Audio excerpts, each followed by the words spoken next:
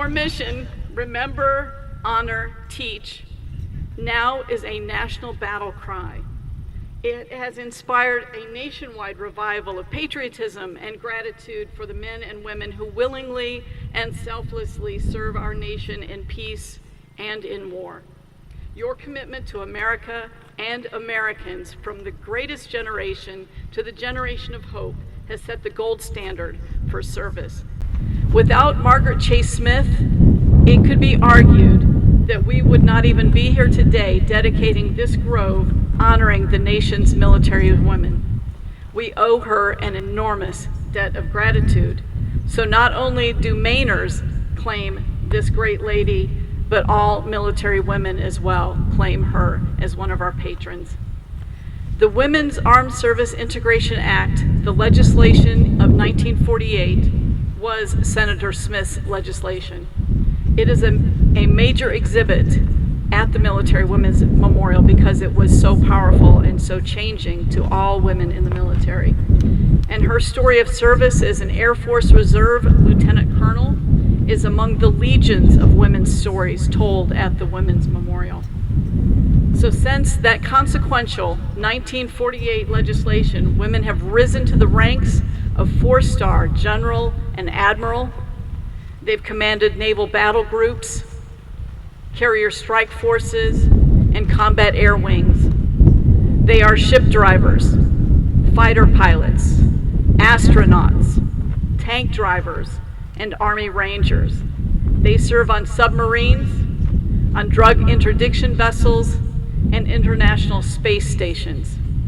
They've taken on new roles as members of female engagement and cultural support teams, interacting with local women, providing critical medical support and other skills, along with collecting critical intelligence on the battlefields. Every one of these women are leaders and trailblazers in their own right. But with the growing opportunities the military has now afforded to military women comes the sacrifice. And we're here today to honor and remember those sacrifices. 1,068 women wear the Purple Heart for wounds in combat. And since 9/11, 177 women have laid down their lives in defense of this nation. 2 young women Marines laid down their lives in Afghanistan just a few weeks ago. So since the birth of this nation to today's modern military, women have stepped forward whenever the nation needed them. My name is Helen Terragusa. I was a pro-B in nursing school when Pearl Harbor occurred. And I spent my next 3 years looking at a poster in the office every time I went into the office that said the Navy needs nurses. So I applied for my commission the day after I got out and spent 8 years in the Navy.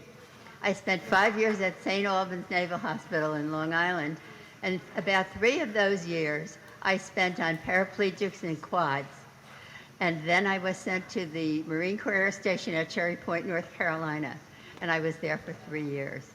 And I would go back tomorrow if they called me. Deb Kuchar, I was in the Navy for 24 plus years, commissioned in '87, retired in 2012, Medical Service Corps type. Been around the world a few times, Iraq, Kuwait, Bahrain, South Korea, a few other places.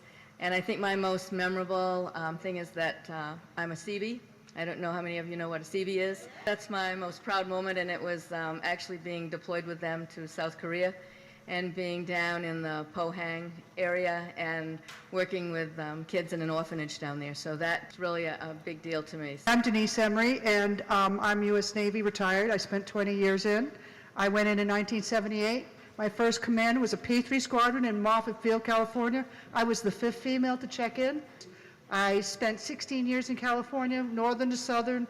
I did subtenders, I did ammunition ships, and I wanted to get closer to home, which is New Hampshire. So I was able to get orders to Brunswick. I retired at Brunswick, and I've been retired 22 years, something like that. My son is in the Navy right now. He's stationed down in Portsmouth, Virginia. And my father was in the Navy, so we got 3 generations. I'm Darla Phillips. I'm a retired Sergeant First Class, U.S. Army. I was also a voice intercept operator, Chinese and Russian, and was assigned to several different places. Probably one of the more fun ones was Berlin, before the wall went down, and that's where I met my husband. We have 3 sons who also serve, and between us, we have 48 years active Army